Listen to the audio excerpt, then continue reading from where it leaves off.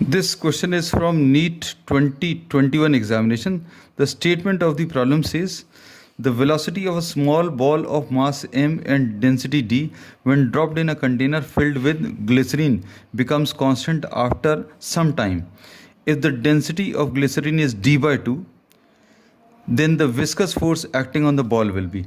Viscous force अभी हम लोगों को कैलकुलेट करना है. Fv is to be found out.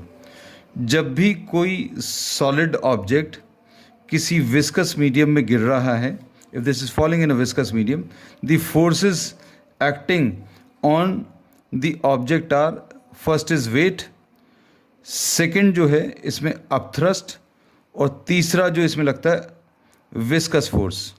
So these are the forces which are acting. अब इसमें वेलोसिटी इन्होंने बोला है the velocity becomes constant. Velocity इसमें कांस्टेंट है ऐसा बोला है.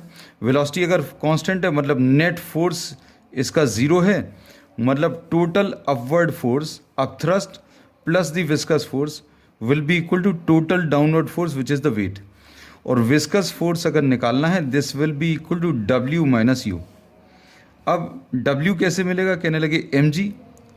अपथ्रस्ट कैसे मिलता है, this is equal to weight of the liquid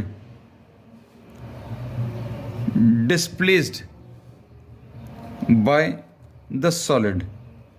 ये फॉर्मूला है. ये mg आ गया. वेट ऑफ द लिक्विड चाहिए है, लेकिन किसका, डिस्प्लेस्ड बाय द सॉलिड. मतलब इसमें क्या चीज आएगी, डिस्प्लेस्ड बाय द सॉलिड, मतलब वॉल्यूम ऑफ द सॉलिड आएगा. और वेट ऑफ द लिक्विड चाहिए, इसलिए डेंसिटी ऑफ द लिक्विड आएगा इनटू जी. बस ये याद रखना. मान लीजिए ये कॉन्सेप्ट अगर नहीं पढ़ा हुआ है तो अपथ्रस्ट निकालने का तरीका volume of solid into density of liquid into g. अब ये mg आ गया. वॉल्यूम ऑफ सॉलिड कैसे मिलेगा, फॉर्मूला क्या होता है, density is equal to mass upon volume.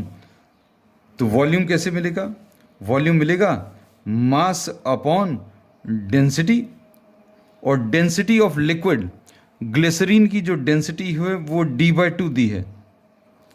अब इसमें d और d कैंसिल हो जाएगा तो ये कितना आ जाएगा, mg माइनस mg बाई 2.